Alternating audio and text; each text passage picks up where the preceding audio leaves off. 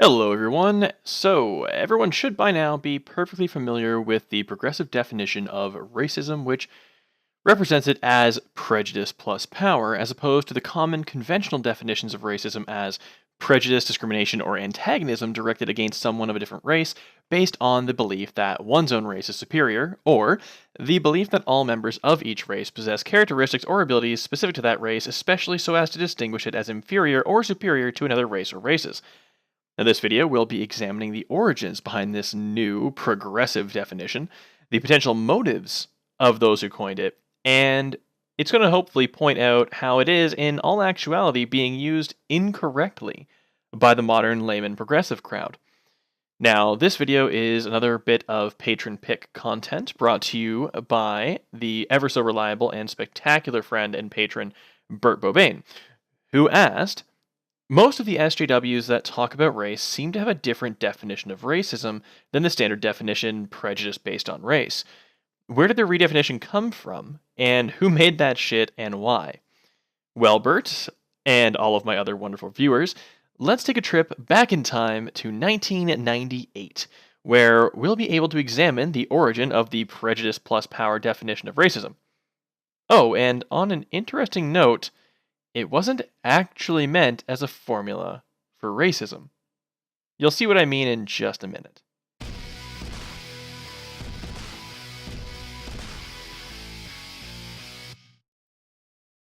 Now, the year is 1998. Bill Clinton's affair with Monica Lewinsky has led to impeachment proceedings.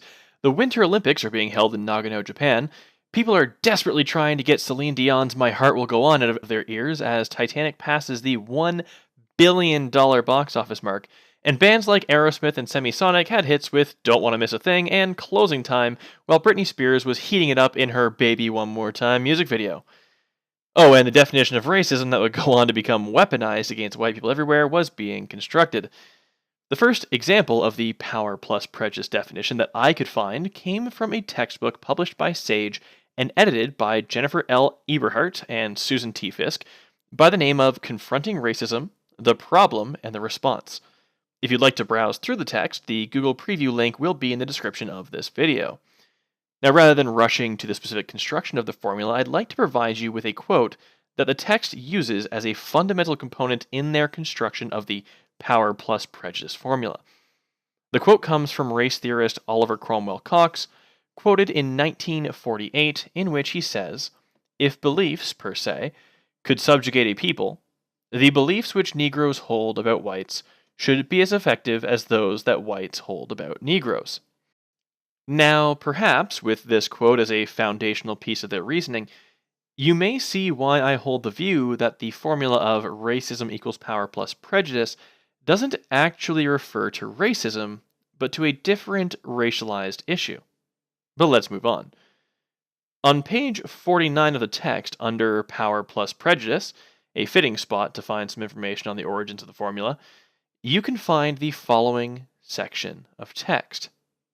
Quote, "Racial oppression thus derives from A, power, the disproportionate ability of some individuals or groups to control other people's outcomes, and B, prejudice, the universal tendency to favor the in-group over the out-group. Racism functions additively from asymmetrical power and racial prejudice.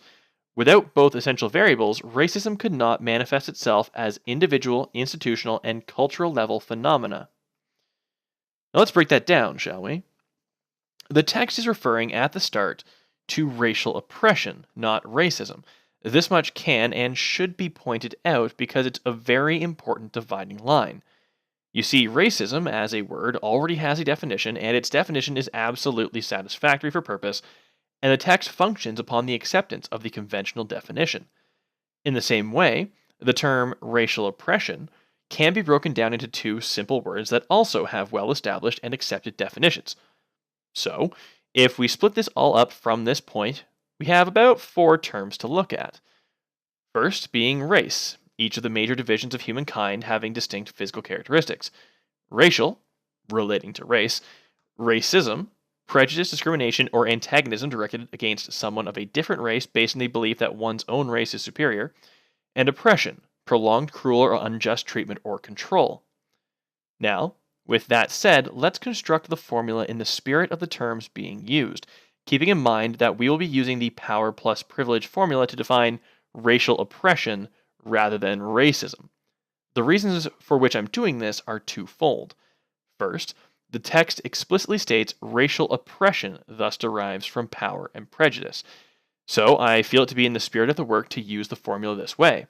And, number two, doing so requires no manipulation of terms or definitions, and, in my belief, if a concept can be explained within the currently understood definitions of the words and phrases involved, then I believe it should be explained as such. It avoids a lot of complications. But that's enough explaining of why I'm doing this. Let's just do it, shall we? So with the formula being racial oppression equals power plus prejudice, how does this expand? Well, knowing the definitions from before, let's give it a shot.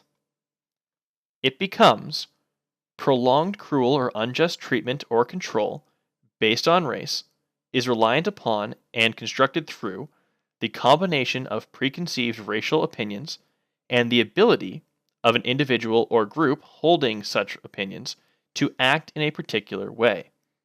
Now, it doesn't quite fit, in my opinion, as I consider motivation to be a requisite component of action. But without being too pedantic about it, I think the formula actually works in spirit. That may sound like insanity to anyone who's far too entrenched in the anti-progressive mindset, but I'd like to see anyone try to poke holes through it.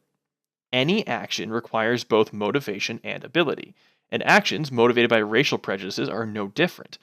To oppress a person or group on the grounds of racial prejudices, you will require the power to do so, and the motivation to do so. The motivation in this case coming wholly or at least predominantly from racially prejudicial views. But Viper, that doesn't sound at all like what the regressive leftists are saying when they spout the racism is power plus prejudice phrase. And you're right, it doesn't. And that's because they are horribly misusing or misunderstanding the formula contained by the original text. But that's where I'm going to leave this video for now. I'll be looking into potential motives for what could be the intentional misrepresentation of the power plus prejudice formula in a subsequent video. But, for now, having covered the year and text of its origin as well as the spirit of the formula's initial incarnation, I think I've covered the basic points needed for this specific video. If you'd like to hear my opinions on the misinterpretations and misrepresentations of the power plus prejudice formula, many of which come from either ignorance or using it as a point scoring exercise or some way to try and create a roadblock in a discussion, but again, I'll get into that later, like this video and leave a comment down below with your opinions and let me know that you'd like to see me expand upon this in the future. If you didn't like this video, likewise, leave a comment and feel free to give it a downvote.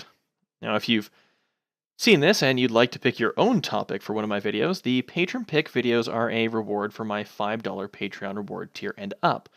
Link in the description to my Patreon. And a big thank you, as always, to all of my patrons, especially Burt Bobain, who again suggested this topic for me for his monthly Patreon Pick video. Cheers, everyone, and until next time, remember, no step on snack.